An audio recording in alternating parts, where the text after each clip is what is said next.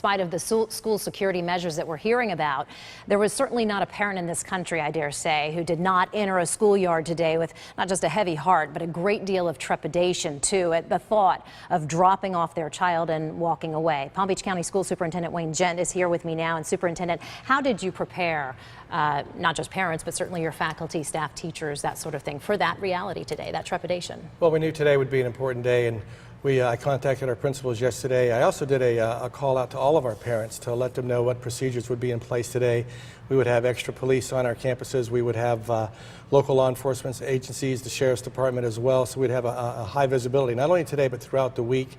Also that our principals were out there, our staff was out there to welcome our students into the schools, you know, with smiling faces and just reassuring the children that school is safe, and we're glad to have them back today. We know that so much is done by school administrators to really have plans in place and drills run. But if you were looking at the school in Connecticut, they were hailed in the New York Times as having one of the most effective plans in place. They went through drills with the students and the teachers twice a year, so really hailed as doing the right thing. And as a parent, you hear about these plans in place, but many times, and in this case, the best laid plans just don't work. How do you reconcile that with parents? Well, what we do, we're kind of like the home.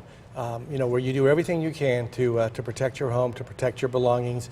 Our school centers were very, very proactive. We have procedures, we have drills, we have protocols, we have crisis plans.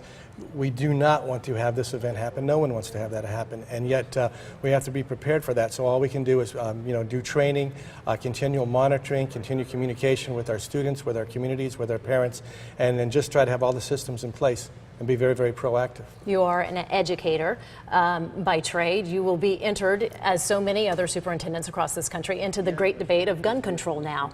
What is your position? Have you heard from state and local lawmakers on what your thoughts are on this? I have not heard from any state legislatures. My focus right now is to make sure that our schools are safe, that our number one priority is the safety of our children and of our staffs on our campuses, and that's where my focus has been and will continue to be.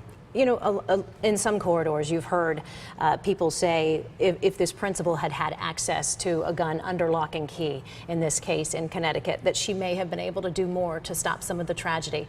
Are you an advocate of that? Is that something you would propose or be supportive of?